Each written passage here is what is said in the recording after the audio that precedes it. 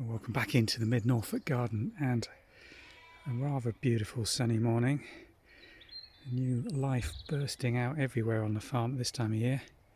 As you'll probably hear in the background over the course of this video, we've got lambs, which we'll show you later in the field. But right now, this azalea and rhododendron planting that we've got here is really starting to explode, as is this patch of bluebells under the old oak tree just on the southern border of the long rose garden border by the side of the orchard. Two vimers are enjoying a bit of warm sunshine for a change. Don't know what they've spotted. Usually when they go rigid like that, there's a deer or a rabbit somewhere that they've scented and waiting for it to move. But let's have a further look at these bluebells. They really are coming into their own right now. I love the way we've got this mixed colour planting. These are just natural hybridised crosses that have occurred with these pink bells in little clumps. The majority of them are the traditional English bluebell in this planting. That's one of the few things that will grow really well under this really dry canopy created by probably a 200-year-old oak above my head. It does give a beautiful dappled light.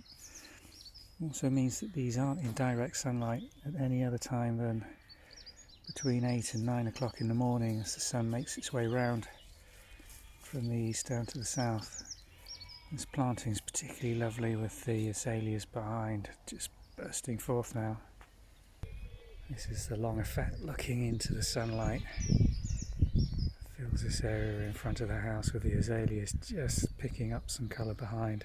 But it's really this mass planting of bluebells that is the star performer this week in this border. We've repeated the planting a little further along here with some young plants that have been in about 5 or 6 years. These were bought as tiny little potted azaleas from a flower auction. Probably only around 15% of them have survived in the back of this border over the years. They were too small really for the onslaught of the herbaceous that they had to fight with to get established over the first couple of years. But they're coming on now. And then down on the back bank we've replanted same colour palette with rhododendrons, a whole row of them, early pinks and then these later reds en masse to try and give a long view down here.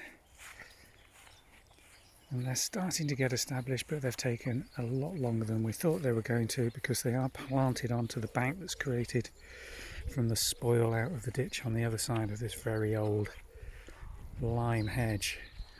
These were actually not pollarded particularly well or cut, and had formed almost a 30-foot tree-lined hedge really at one stage, which has been cut back down now so it can be flower cut each year. It allows more light into the base, but really the roots from these trunks that are probably around 2 foot across behind this hedging probably sucks most of the water and life out of this soil, so they've had a bit of a battle getting established, but they're getting going now.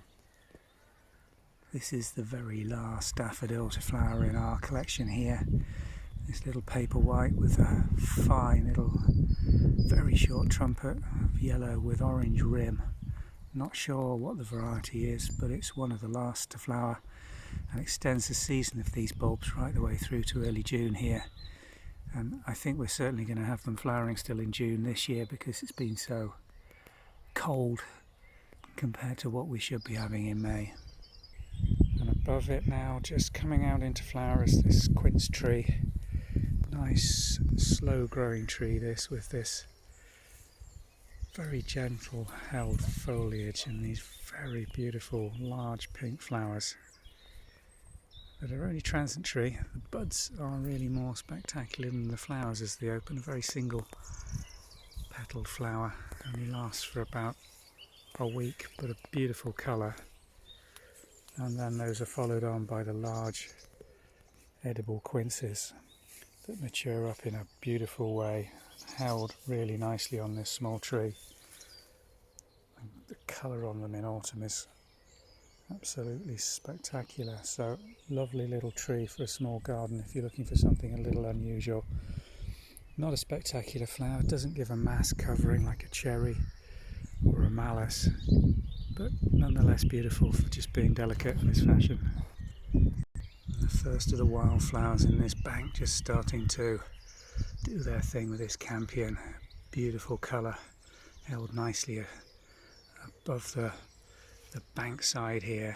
You can see some oxeye daisy just budding up, and the first bud's just showing a little bit of colour in there. That's going to be spectacular. And of course the cow parsley above it, so delicate, open form. This en masse, it's just spectacular, and one of our favourite wildflowers to allow to come up in the garden.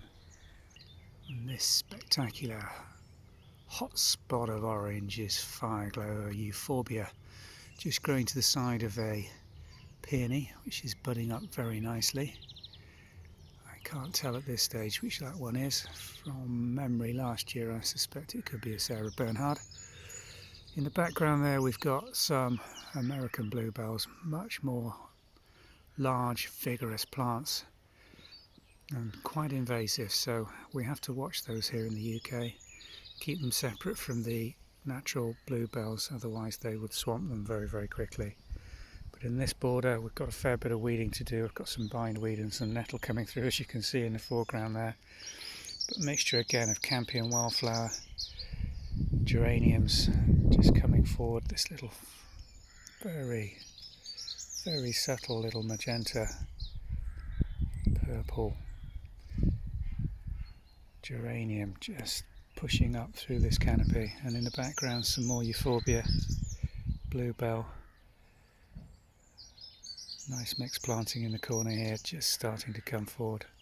Roses in the back going up the homemade rose arch out of hazel, budding up nicely. Lovely glossy green foliage on that, and just the first start of some buds that I can see in the background. So lots to come on in this border, and hopefully a nice dash of roses in the background in about another 2 to 3 weeks.